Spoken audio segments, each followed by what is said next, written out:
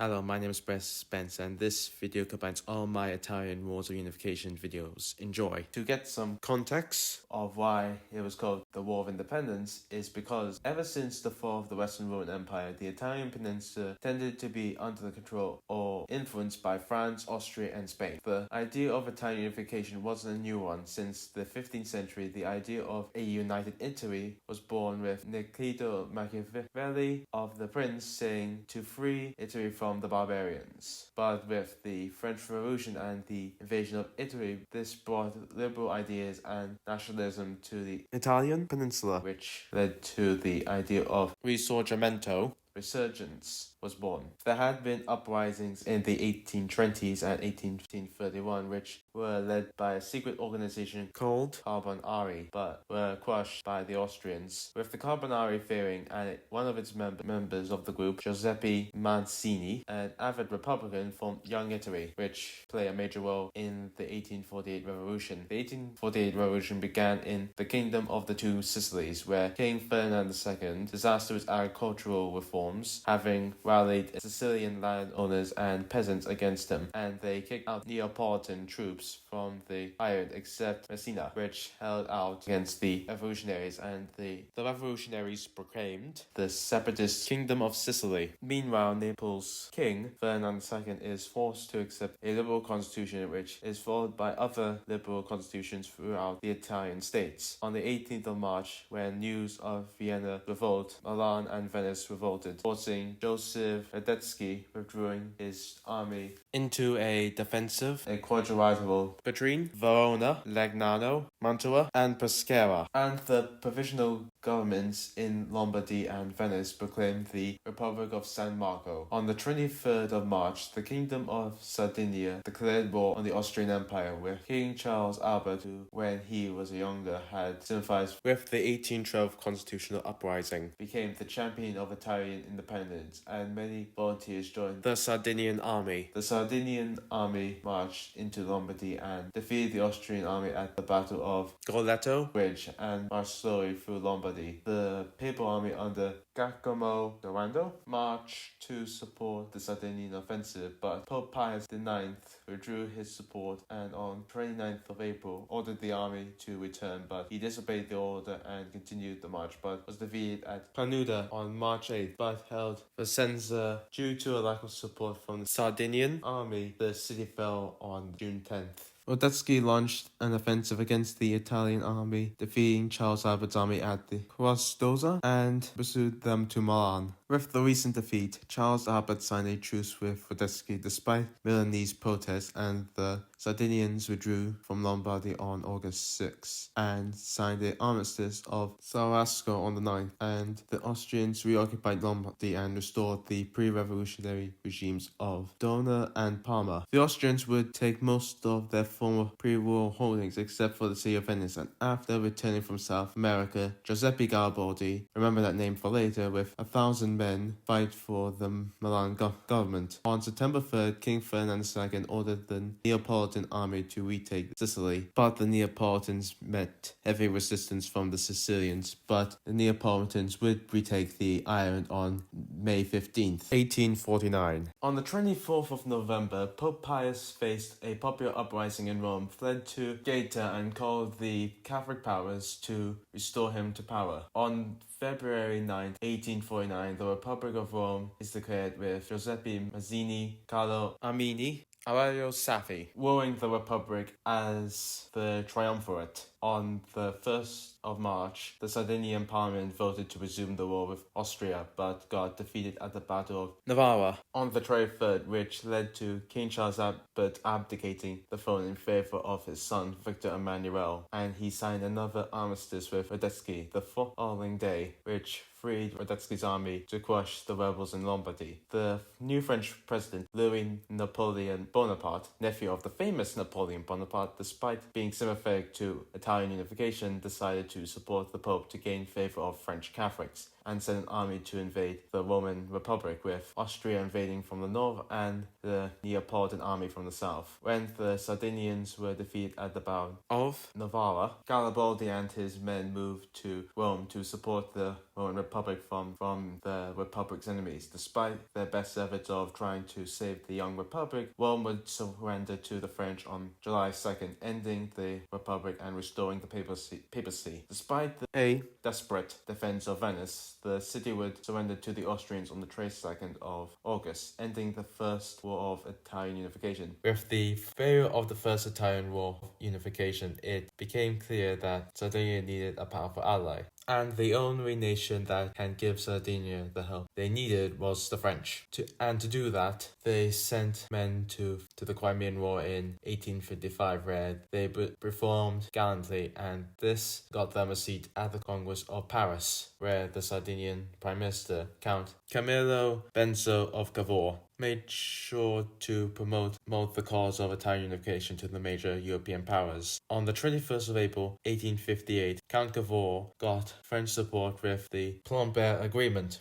For future military help with Austria, Sardinia would cede the duchies of Savoy and the county of Nice to France. On January 1859, the French government and the Kingdom of Sardinia signed a treaty in which France would come to Sardinia's defense against the Austrian military aggression. With this, Cavour then proceeded to try to provoke Austria into military action by launching aggressive military maneuvers close to the Austrian ruled Lombardy. This angered Vienna and sent an ultimatum to Turin, which was rejected, starting the Second War of Italian Independence. The first battle of the war began on the 20th of March at Montebello. The Austrian Fifth Corps faced General Foy's division with 3 Sardinian cavalry regiments, which the outnumbered allies defeated the Austrians, and the army moved deeper into Austrian territory. On the 23rd of June in the morning, the Emperor Franz Joseph arrived and took command of the Austrian army, and in an attempt to turn the tide of the war, Franz Joseph launched a counterattack near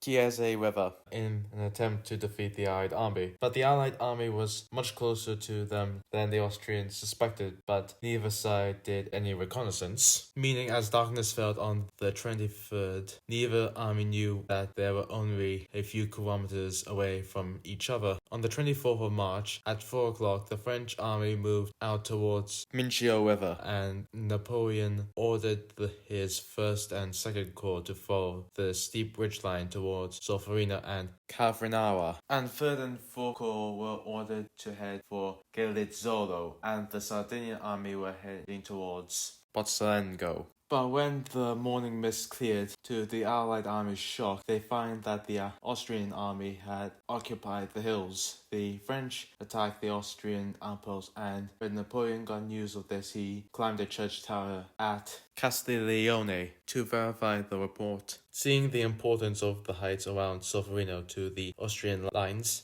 he ordered 1st and 2nd Corps to attack Solferino and the rest of the Allied army to protect the flanks and to pin down the Austrians. On the Allied army's northern flank, the Sardinians found their units were spread out for miles and attacking in piecemeal, meaning that despite outnumbering the Austrians were under General Benedict were able to repel the Sardinians easily. It's not until mid-morning that the Sardinians were able to capture portions of the critically important San Martino hill, but the Austrians counterattacked and drove them off the hill. Isolated from the rest of the battle, on like this for the rest of the day, with neither side able to gain a decisive advantage over the other. In the southern front, 3rd and 4th Corps had been marching since 2 a.m. and were unaware that they were about to face 4 Austrian corps laying in front of them. Around 5 a.m., 4th Corps met Austrian units at Medele. It took several hours of intense fighting in the town, and undeterred by this encounter, they continued to push towards Galizzano, only to be met by 3 Austrian corps that outnumbered them 2-1. 4th Corps was fighting for their survival, driving back waves after wave of Austrians and against all odds holding its ground. Meanwhile, 3rd Corps was advancing slowly with objectives between helping 4th Corps and guarding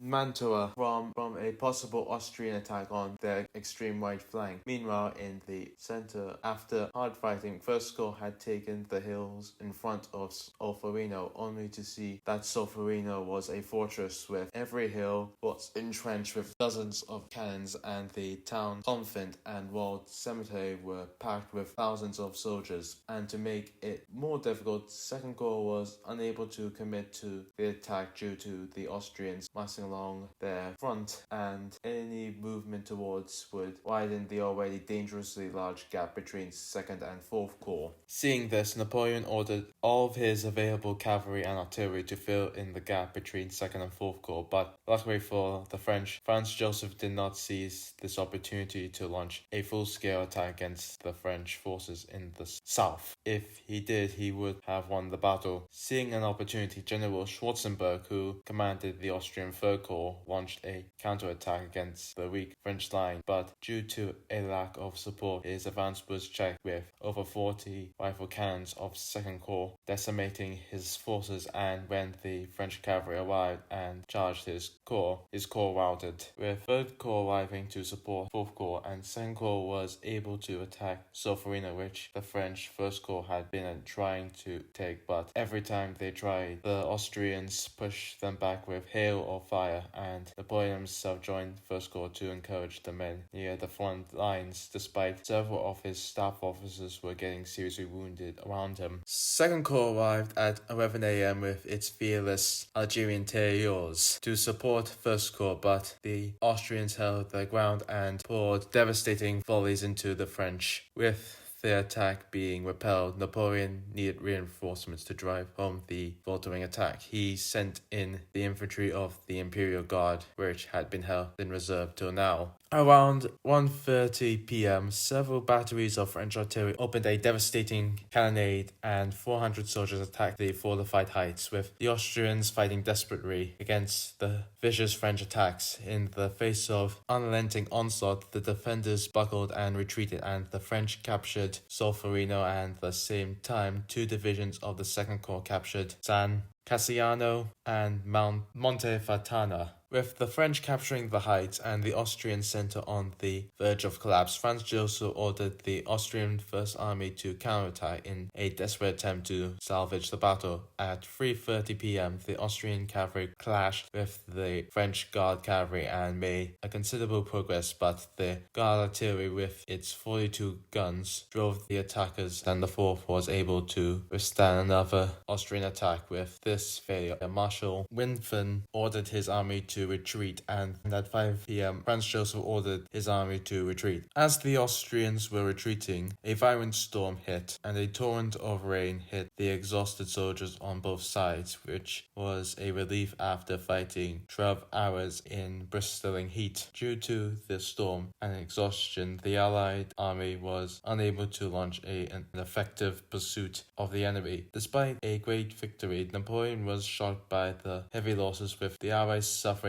17,000 casualties out of an army of 130,000, and the Austrians suffered 32,000 men being killed, wounded, and captured out of an army of 140,000. When Henry Durand witnessed the aftermath of the battle, he would go on to found the Red Cross and the Geneva Convention. Within days of the battle, Franz Joseph agreed to a ceasefire, following by an armistice of Villafranca, which was surprisingly lenient by Napoleon III, in which Lombardy was given to Sardinia, and as agreed, Plombier agreement, France got Nice and Savoy, and Austria would still control Valencia. Upset by the fact that Sardinia did not get Valentia, Cavour instructed plebiscites for the Central Italian League, which included the duchies of Mona, Parma, the Papal Legation of Romagna, and the Grand Duchy of Tuscany, in which a majority of the population voted enthusiastically in favour of annexation by Sardinia, which came into effect on the 20th of March 1860. On the 11th of May, Garibaldi's expedition of the 1000 began, with his red shirts disembarking at Marsala, Sicily, to begin the liberation of the 2 Sicilies from Bourbon rule. And 4 days later, the red shirts faced the Neapolitan army at Calatafimi and defeated them, and locals started joining Garibaldi's Garibaldi's army. On the 27th of May, the Red Shirts laid siege to Palermo, and with the help of a popular uprising inside the city surrendered to the Red Shirts on the 30th. Despite outnumbering the Red Shirts, Sicily would fall to the Red Shirts on the 4th of July after defeating the Neapolitan army at Milazzo. On August 19th, the Red Shirts landed on mainland Italy, and facing little resistance as the Neapolitan army quickly collapsed, and Garibaldi and his Red Shirts entered Naples on the 7th of September. Meanwhile, the Sardinian army, totaling 39,000 men, invaded the Papal States and defeated a 10,000 Papal army at Castelldeferrado on the 18th of September, with only Rome and its immediate surroundings remaining in Papal hands due to Napoleon III needing the support of the Catholic Church in France, sent troops to protect Rome from the Sardinians. In an attempt to retake Naples, King Francis II sent 28,000 men to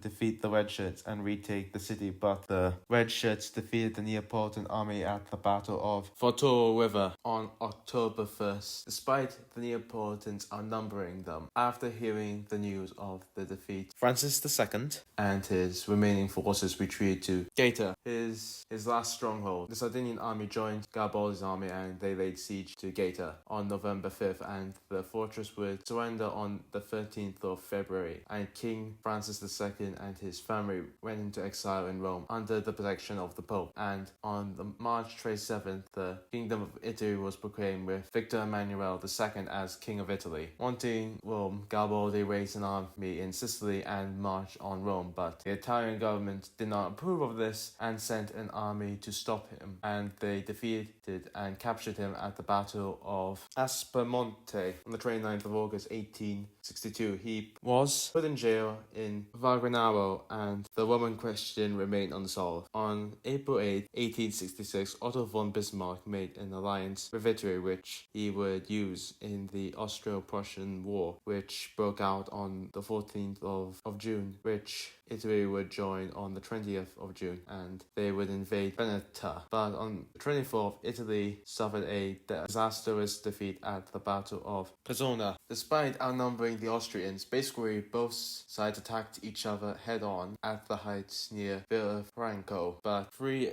Italian divisions stayed in defensive positions to a failed Austrian cavalry charge, and they feared another attack by the Austrians. After battering at the Austrian lines, and both sides thinking that they were losing the battle, so the Italians started to retreat, and a hole began to form in the Italian lines, which the Austrians exploited, and they defeated the Italians. And at sea, they had another disastrous defeat at the Battle of Lissa on July 20th. If you want to get more details on the battle, I suggest watching Drakenfeld's video on it because it's really good. But for now, here's the summary version. Despite having a much more modern fleet than the Austrians, the Italian admiral Carlo di Bassano changed his formation from a line abreast to a line ahead, and as they were changing their formation, he switched ships from the flagship Re Italia to the Affrontadore, without telling anyone that he had switched ships, which caused more confusion. The Austrian admiral Wilhelm von Tedetsov saw a gap in the Italian line and concentrated his fleet and headed straight for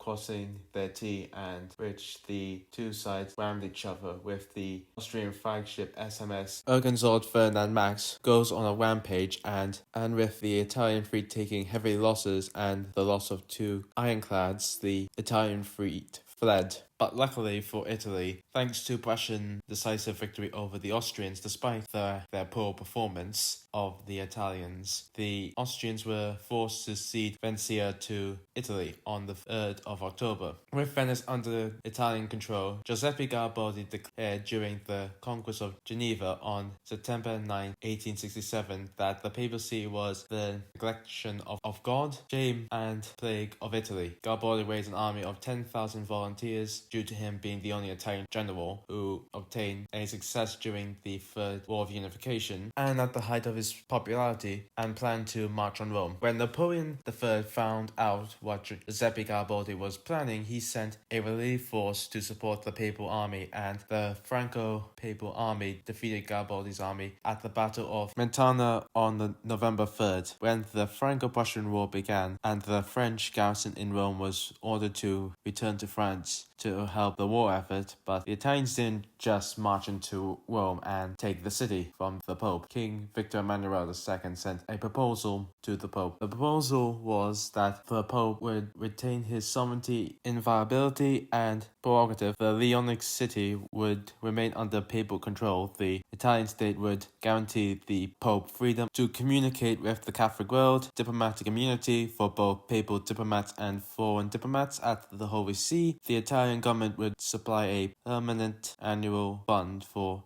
the Pope and the cardinals equal to the annual current assigned to them by the budget of the pontifical state, and would assume all papal civil servants and soldiers onto the state payroll with full pensions as long as they were Italian. The Pope refused and the Italian troops marched into the papal states. On the 19th of September, General Raphael Cadorna surrounded the city. The Pope threatened that anyone who gave the order to start the artillery barrage on Rome will be excommunicated from the Catholic Church. So the Italians gave the honor of the first artillery barrage of Rome to a Jewish artillery officer named Galeno Sergi, and at 5 a.m. on the 20th of September, the shelling began, and at the end of the day, the city surrendered to the Italian army, and the Pope was a prisoner in the Vatican City till Benito Mussolini and Pope Pius XI signed the Lateran Treaty on February 11, 1929, which recognized the Vatican City, and when Italy became a republic, they kept the treaty because they didn't want to start the Roman question again. If you like this video, like and subscribe. Was the only Italian state with the level of professionalism comparable to major European armies. King Charles Albert adopted a mixed recruitment system based on the Prussian and French systems, and a professional soldier served for 8 years with conscripts serving for 14 months, but this would change to 4 to 6 years, depending on the branch of service. A Sardinian infantry regiment had 3 battalions, with the 1st and 2nd battalions having a company of grenadiers and 3 companies of fusiliers, with the 3rd battalion having 4 companies of chasseurs, each company having 250 men. When mobilized, a 4th battalion were formed, having 4 companies of fusiliers were added to each regiment. Following the armistice of Salasco in August 1848, the infantry were completely reorganized, with 2 reserve battalions being raised for each line battalion, with the 1st being combat ready and formed of the best recruits, while the 2nd battalion fulfilled internal security or auxiliary functions. After the First War of Unification, line regiments were reduced to 3 active battalions, each with 6 companies, which would be lowered to 4 active companies by the 19th of March 1852.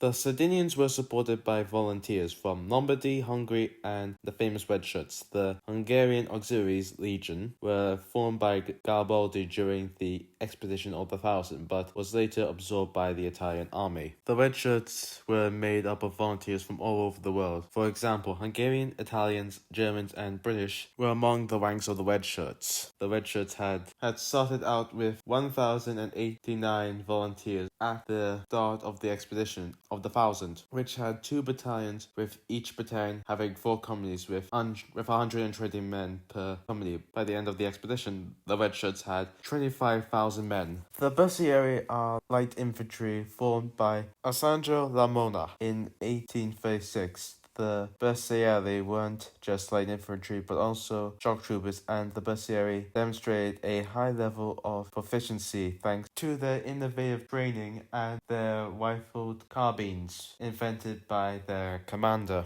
The Bussieri set an example of high mobility and marksmanship, and would inspire volunteers and other Italian states' armies to adopt their fighting style and uniforms. The Sardinian cavalry was not the best cavalry in Europe, but the Sardinians did have the Carbonari, which acted as a military police force and a personal guard of the king during times of war. For example, during the skirmish of Passiango, the Carbonari charged to save the king's life from an enemy attack. When the Kingdom of Italy was proclaimed on March 17, 1861, when the Italian army was born on the 4th of May with the integration of the Sardinian, Central Italian, the Neapolitan and Red Shirt armies, but the integration of the Neapolitans and the Red Shirts proved to be difficult, with the integration of the former being impossible. The Neapolitans were proud of their heritage and rejected the merger, and when the Neapolitan army was disbanded with many of its officers and soldiers fighting a guerrilla war against the Italian army, with the latter, the integration of the Red Shirts was their progressive and republican views, as well as